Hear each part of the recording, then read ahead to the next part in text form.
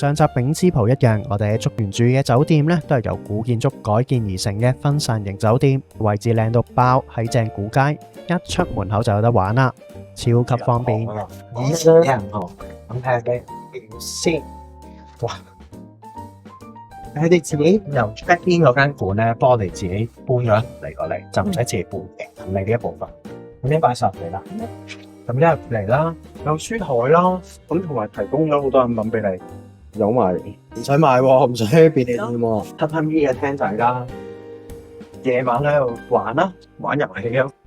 咁後邊啦就係兩張單人床，咁非常之闊落。其實你睇到個空間感係好足夠嘅，10個 keep 都夠你開啦，係嘛？梗係夠啦 ，that's good。洗手間佢就乾濕分離嘅，我最中意啦，係自動廁所板。唔好意思，我係校定咗佢，將你有圖。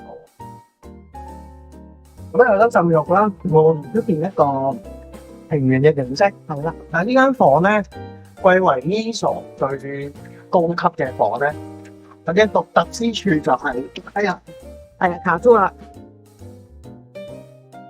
我哋係可以出埋庭園，個庭園都係屬於我哋嘅。咁你就可以夜晚坐喺度談心又好咯，飲酒咯，飲酒吹風咯，又可以化身呢個日劇主角啦。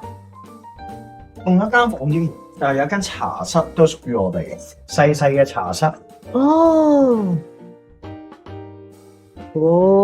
可以喺度方面呢，有水是回流嘅當地名廚石井之由主理，主打瀨戶內一帶時令食材嘅和日 fusion 法國菜。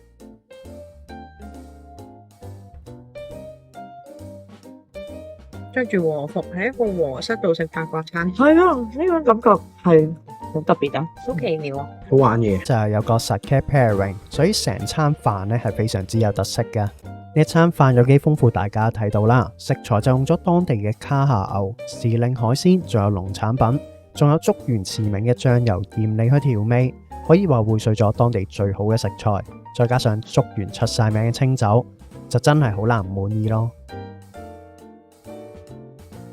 起身一擘大眼就見到呢個私家無敵庭園景，實在太寫意啦！我就忍唔住即刻起身出嚟 J 下景先，慢慢欣賞下傳統日式造景，望下石墩龍台線咁樣，真係非常之舒服。雖然咁早起身非常之眼瞓，但張床呢已經吸引唔到我啦，我就寧願坐喺個走廊度補眠。